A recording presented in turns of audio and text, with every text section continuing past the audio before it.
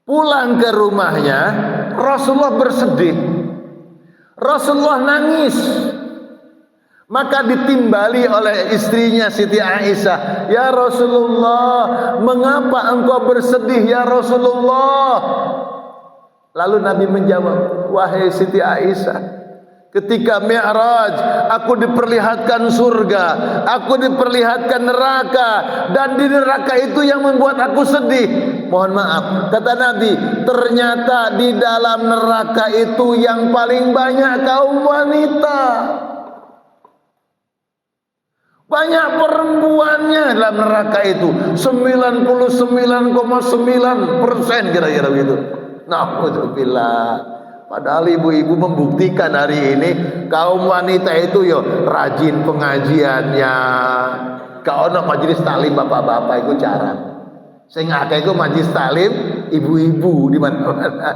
Masya Allah. Tapi Nabi bilang yang banyak itu kaum wanita. Maka Rasulullah membuat sebuah konsensus.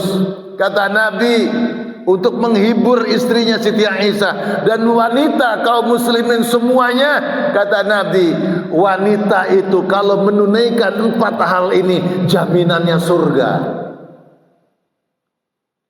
Siapapun kaum wanita yang melaksanakan 4 hal ini jaminannya surga, kata Nabi. Apa itu? Idza shallatil mar'atu khamsaha. Apabila kaum wanita itu sholat fardu 5 waktunya dijaga dengan baik, diapi-api no sholat fardunya, berjamaah syukur-syukur, wonten ten masjid biar lebih banyak jamaahnya, biar enten pahala berangkat ke masjidnya, biar lebih khusyuk. Biasanya sholat di rumah itu cemupet. Sholat di rumah itu ndang mari-mari wae, ya cepat selesai. Kadang habis assalamualaikum assalamualaikum, kaum wanita itu boten kerasan, langsung buka rukuhnya itu saumu. Tapi itu masjid kan boten, sangat sabar. Jadi yang pertama kaum wanita jaga sholat 5 waktu yang fardu. Yang kedua wasomat syahroha, poso di bulan Ramadan. Ibu-ibu ini gak puasa sunnah, boten apa-apa. Yang penting poso Ramadan. Ning hati-hati, utangnya sudah disaur belum?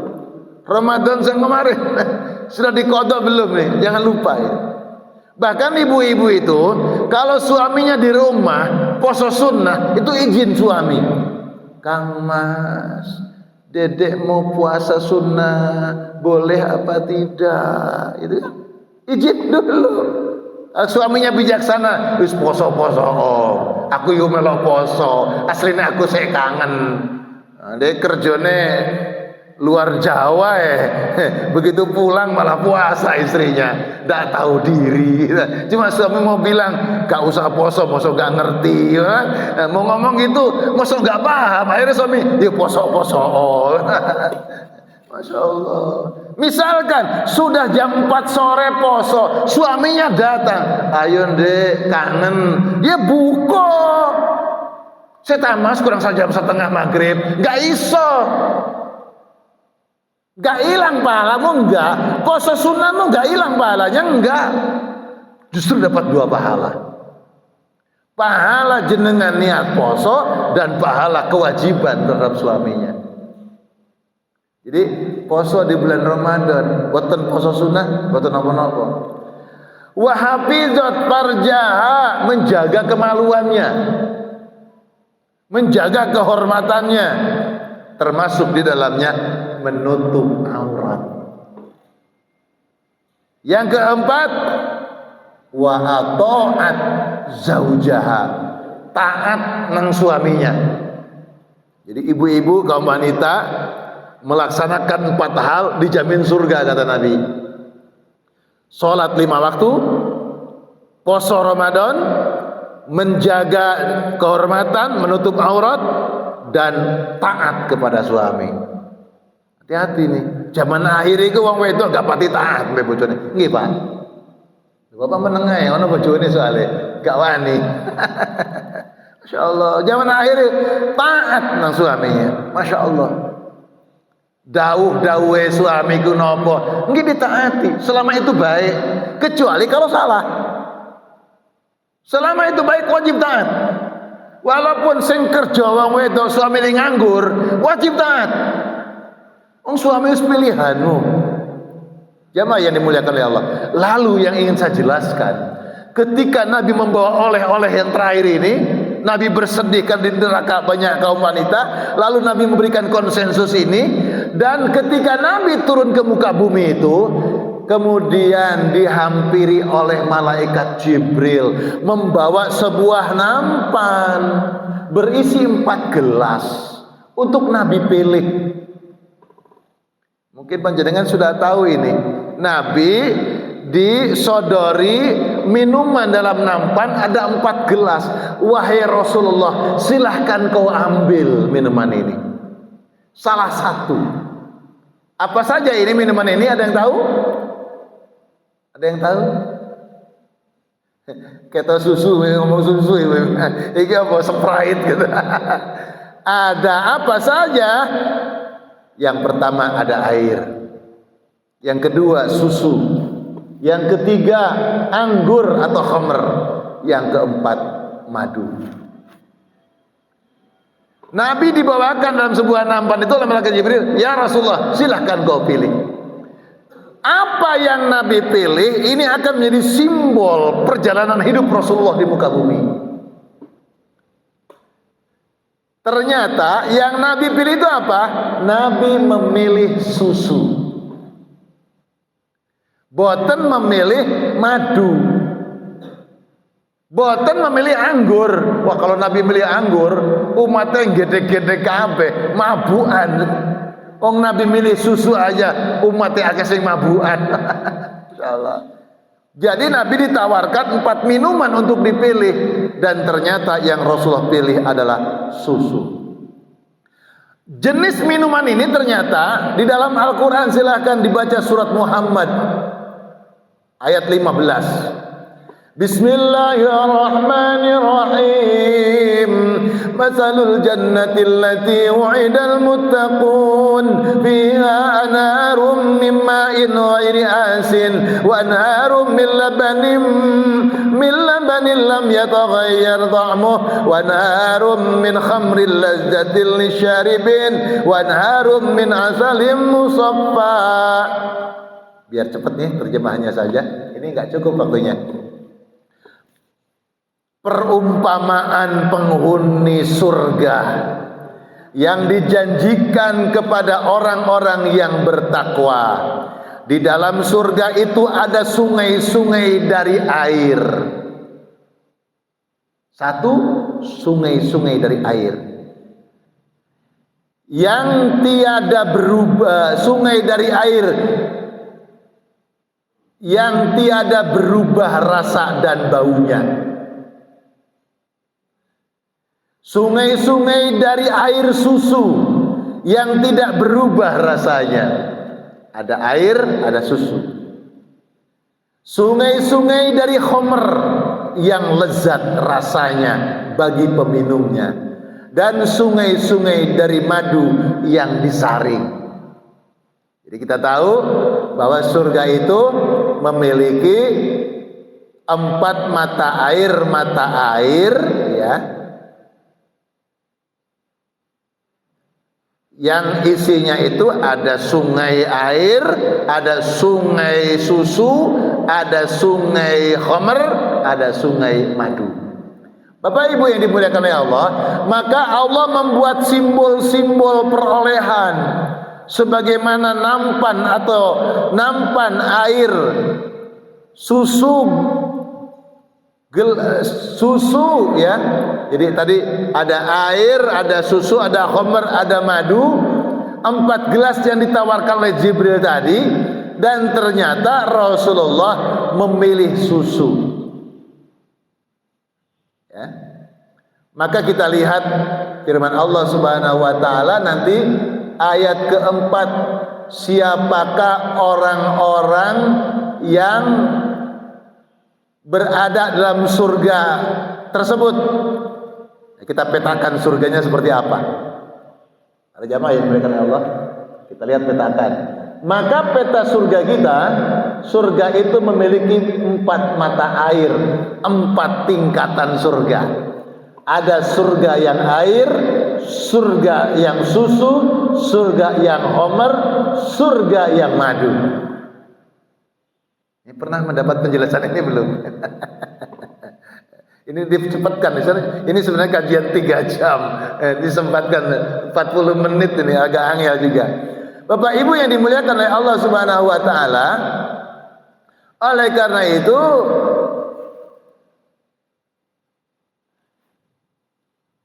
di dalam surat An-Nisa ya, Bismillahirrahmanirrahim. Jadi tadi 4 tingkatan surga tadi, siapa penghuninya? Wa may yuti'illaha war rasul fa ulaik ma'al ladzina an'ama Allahu 'alaihim minan nabiyyin was-siddiqin wasyuhada was-salihin wa hasuna ulaika rafiqa. Siapa yang taat Allah dan Rasul, maka mereka itulah orang-orang yang mendapatkan nikmat di sisi Allah Subhanahu wa taala kepada mereka. Mereka itulah akan bersama minan nabiyyin, para nabi, wasiddiqin, para siddiqin, wasyuhada, orang-orang yang mati syahid, wassolihin, orang-orang soleh. Maka peta surga kita, siapa yang menempati surga ini? Pertama adalah minan nabiyyin, wasiddiqin, wasyuhada, wassolihin. Tadi dikatakan Nabi memilih minuman yang mana? Susu. Maka Nabi menempatkan dirinya sebagai apa? Syuhada. Kenapa Nabi tidak memilih nabiyin? Karena Nabi sudah sempurna kenabiannya. Gitu. Kalau Nabi memilih nabiyin, pendek umurnya. Seperti Nabi Isa, belum sempat menikah sudah meninggal dunia. Tapi Nabi justru memilih susu. Kenapa? Nabi menjadi syuhada. Kenapa? Dalam hidupnya Nabi selalu membersamai para sahabat dalam perjuangan di medan perang. Nah, para jamaah yang dimuliakan oleh Allah, nanti kita lihat lagi petanya seperti apa. Maka ternyata Nabi itu Ali. Rasulullah dawuh, ana madinatul ilm wa aliyun babuha. Aku ini gudangnya ilmu dan Ali lah pintunya. Makanya di kalangan Syiah itu Ali itu dielu-elukan. Itu Syiah. Syiah kita kan Syibi. Ini kan Syiah, kita kan Syibi. Jadi Nabiin Ali, Siddiqin Abu Bakar As-Siddiq. Abu Bakar As-Siddiq, Siddiqin. Maka syuhada sinten? Umar. Solihin sinten? Utsman bin Affan. Masya Allah. Ternyata Allah Subhanahu wa taala mendesain kehidupan. Rasulullah itu di belakangnya siapa? Khulafaur Rasyidin, sahabat yang 4 didesain. Untuk apa? Untuk memajukan dan mensejahterakan umat. Ada Abu Bakar, ada Umar, ada Utsman, ada Ali. Ternyata di sini punya posisi Ali sebagai nabiin, Abu Bakar sebagai siddiqin, Umar sebagai syuhada, Utsman sebagai solihin. Masya Allah, 4 sahabat yang sangat lengkap di dalam menepati perjuangan. Ini simbol-simbol. Sayyidina Ali itu, Masya Allah, Nabi mengatakan seperti itu. Maaf Bapak Ibu, Nabi ketika ditanya oleh seseorang tentang suatu masalah, maka Nabi bilang, tanyakan kepada Ali. Selalu begitu. Jadi ketika Isra Mi'raj, ada orang yang menggugat Nabi, wahai Muhammad, kurang 10 menit ya, Isra. Wahai Muhammad, apakah benar engkau tadi malam Isra Mi'raj? Betul? Kalau begitu coba angkat kaki kananmu. Nabi melok ngangkat kaki kanan. Sekarang angkat kaki kirimu. Dia angkat kaki kiri tidak bisa, Nabi terjatuh. Gitu aja kau bilang bisa naik ke langit. Jadi melecehkan orang ini. Gak bisa mengangkat kedua kaki saja, kau bilang sudah nyampe ke langit. Kata Nabi, silahkan tanyakan ke Ali. Datang orang ini kepada Sayyidina Ali, wahai Ali, bagaimana Isra Mi'raj Nabi itu? Kata Ali, apakah kau bertanya kepada Nabi Muhammad? Tadi sudah saya tanyakan. Lalu engkau apakan Muhammad olehmu? Saya suruh begini dan dia terjatuh. Maka Ali masuk ke dalam rumah, ambil pedang, dia tebas lehernya orang ini, kling, mati. Maka Ali itu orang yang paling tahu keinginan Rasulullah. Maka kalau ada jamaah tanya ke Ustadz, Ustadz lalu bilang, tanya ke orang ini, hati-hati itu. Celing. Jadi Ali itu orang yang paling tahu terhadap Rasulullah SAW. Nah Abu Bakar, maka di sini jamaah, kita lanjutkan dulu.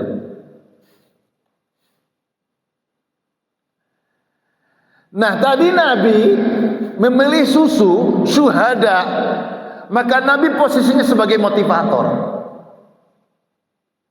selalu memberikan motivasi. Makanya sholat berjamaah pahalanya berapa? Datang ke masjid, ini majelis ini termasuk raudhatum min riyadil jannah, taman-taman surga. Itu Nabi memberikan motivasi. Perjalanan menuju ke masjid, diampuni setiap langkahnya dosa-dosanya oleh Allah. Itu Nabi memberi motivasi. Nabi sebagai motivator. Yang kedua, Abu Bakar sebagai apa? Sebagai dinamisator. Apa itu? Abu Bakar itu apa yang Allah beri kepadanya, dia yang beri kepada umatnya. Abu Bakar itu mensedekahkan seluruh harta, gak takut miskin. Abu Bakar itu apa yang dia miliki itu yang diserahkan kepada Rasulullah. Rasulullah, ini untuk perjuangan dakwahmu. Itu Abu Bakar, maka dia sebagai dinamisator. Lalu berikutnya siapa? Utsman sebagai fasilitator.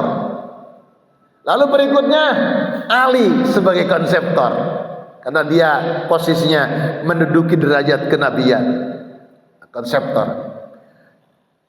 Nah jamaah yang dimuliakan oleh Allah, tadi kita bertanya kenapa Rasulullah memilih susu. Jawabannya adalah surat An-Nahl ayat 66. Saya bacakan terjemahnya. Dan sesungguhnya pada binatang ternak itu benar-benar terdapat pelajaran bagi kamu. Kami memberimu minum daripada apa yang berada di dalam perutnya berupa susu yang bersih antara tahi dan darah. Jadi ternyata susu itu sulit. Susu itu bersih dan sulit berada antara tahi dan darah. Nabi itu dalam perjuangannya susah untuk menegakkan yang bersih, amanah Allah, syariah agama Allah. Itu ternyata banyak ujian dan cobaan, sekelilingnya banyak fitnah. Maka panjenengan jadi orang baik, terus istiqomah jadi orang baik, walaupun engkau mendapatkan fitnah. Jangankan di salahnya kita dibenci orang, di benarnya kita pasti ada yang benci. Itulah perjuangan Rasulullah. Itu Rasulullah memilih susu. Nah jamaah yang dimuliakan oleh Allah, maka minimal Pak, ya minimal tingkatan surga itu yang paling bawah apa tadi? Air. Air itu kelompoknya siapa? Sholihin. orang-orang soleh. Maka minimal amal itu amal soleh. Insya Allah masuk surga walaupun derajatnya air. Setiap manusia, setiap agama itu menggunakan air. Dan yang paling banyak menggunakan air adalah umat Islam. Apa-apa bebersih, wudhu pakai air, mandi pakai air. Yang banyak menggunakan air adalah umat Islam. Maka umat Islam selalu ngoyak-ngoyak karena posisinya sebagai fasilitator, menjadi fasilitas kebaikan, amal soleh. Pengurus ini menjadi fasilitator. Ada majelis seperti ini, ada soundnya yang bagus, ada AC, memberikan fasilitas kenyamanan agar umat ini bisa nyaman ibadah. Itu namanya amal soleh. Derajatnya air, solihin, menjadi Utsman bin Affan. Air itu apa? Air itu bisa menyuburkan tanah yang gersang, bisa menghidupkan pohon bunga yang mati. Itu air.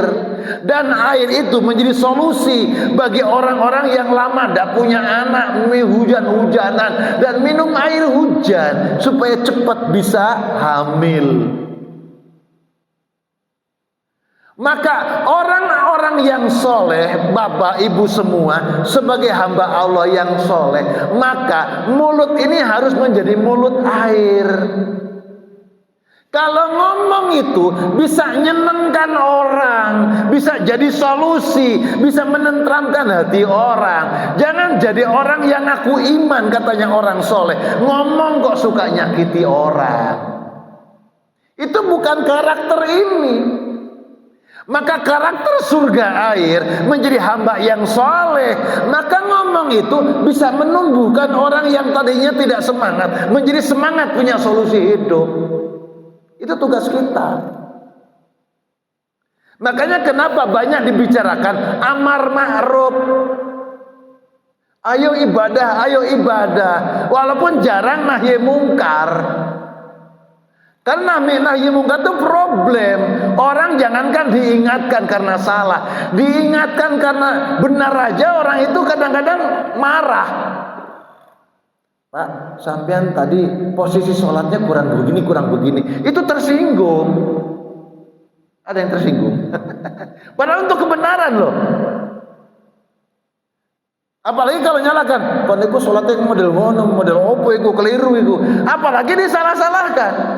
Tersinggung, marah. Maka sing enak dakwah itu amar ma'ruf. Maka dai ngapunten deh. Sing saking salafi, saking wahabi, tapi ngajinya itu pakai kitabnya Tazkiyatun Nafs. Tentang bagaimana mengelola hati, itu diterima oleh semua orang. Tapi ini ngajinya fikih, ngajinya tauhid, wis bentrok kabeh. Tapi yang saya maksud bukan harus meninggalkan nahi mungkar loh, harus seimbang. Jadi kita menjadi fasilitas kebaikan dalam hidup. Masya Allah. Bapak Ibu, kalau di rumahnya Bapak Ibu kelebihan sembako, perhatikan, kelebihan sembako, mesti ono tanggoe sing butuh sembako. Kalau di pekarangan Bapak Ibu ono geragal pasir yang berlebih nyisa, itu mesti ono tanggoe sing butuh. Maka jadi fasilitas kebaikan. Ayo wur-wur neng tanggoe kasihkan. Masya Allah. Ada seorang bertanya, Pak Ustadz, saya ini mau kurban sapi, Pak Ustadz. Keluarga kami ini 8 orang. Sapi itu kan untuk 7 orang, Pak Ustadz. Boleh nggak saya kurban sapi untuk 8 orang?